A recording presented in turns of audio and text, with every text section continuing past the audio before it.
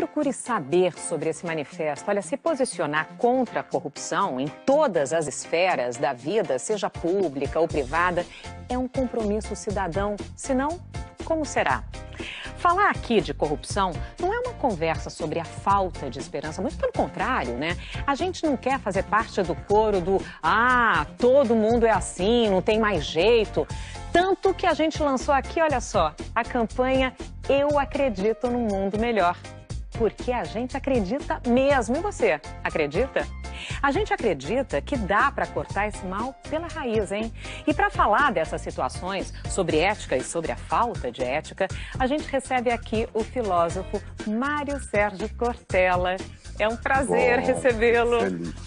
Eu mais ainda. Que bom. Bem-vindo ao Como Será.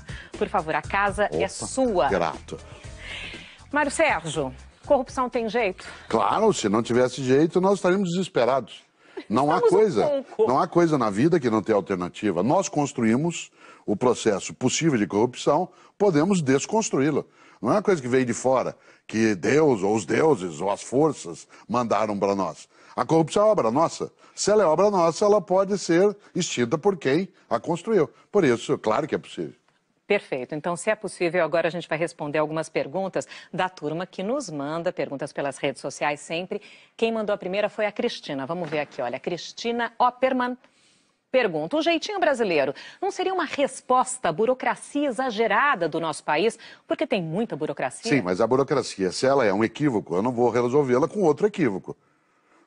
Afinal de contas, veneno para curar problema com veneno não é normalmente algo que tenha uma solução tão adequada ao final. Se eu entendo o jeitinho como algo que nós temos, que é uma certa flexibilidade, isso sem dúvida é positivo. Mas se o jeitinho é um drible, é um escape, ele é um atalho daquilo que deveria ser correto, então ele, ao contrário de ser uma saída, ele é um agravamento da condição que se tem. Por isso, jeitinho, quando é flexibilidade, bom demais. Quando ele significa ser volúvel, isto é, eu faço porque é bom para mim, não porque é certo, jamais. Você sabe que 95% dos brasileiros são absolutamente decentes. Levantam de madrugada, vão trabalhar, pagam as contas, têm vergonha quando não conseguem cumprir um compromisso. Os impostos, mas todos os bem pagos. 5% de canalhas, esses conseguem convencer os 95% que o normal é ser assim.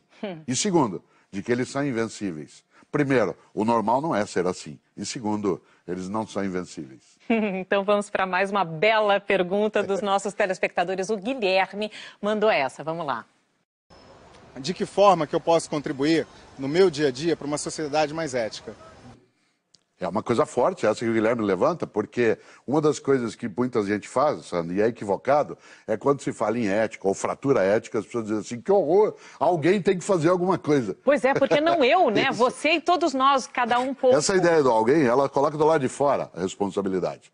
E eu posso lembrar algo que é decisivo. A ética se constrói também nas pequenas ações do cotidiano. No lugar onde eu moro, na minha vizinhança, no local que trabalho, na minha conduta no trânsito. Há até, Sandro, um princípio de um grande filósofo alemão, Kant, pensador do século XVIII, que dizia um princípio maravilhoso. Ele dizia assim, tudo que não puder contar como fez, não faça.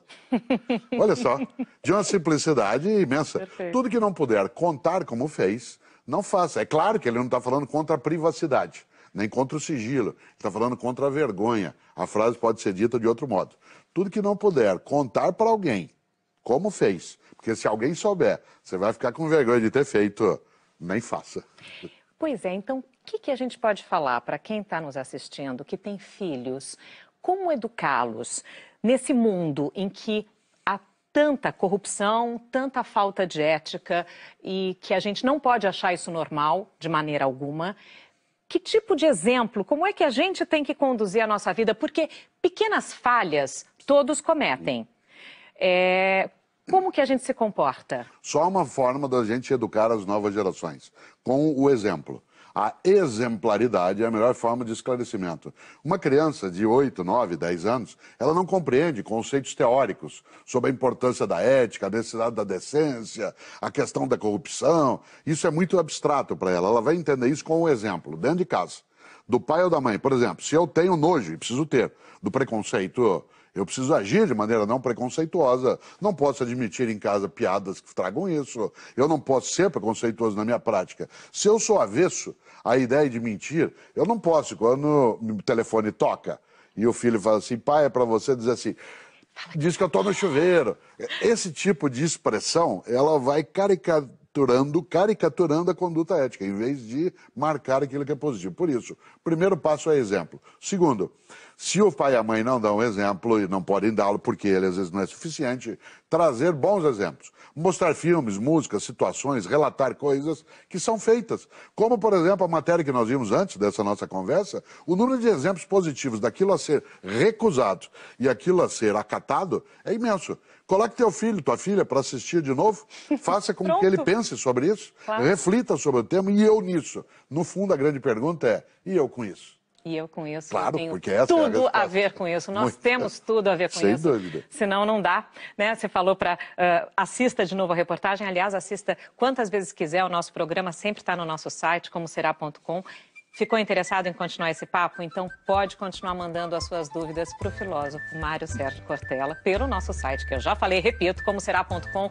Durante toda a semana você responde. Com alegria. Com muita alegria. E se eu não responder, é falta de ética decente. Jamais, você jamais. Por favor, mestre. Não, por isso. Muitíssimo obrigada por ter vindo ao Como Será.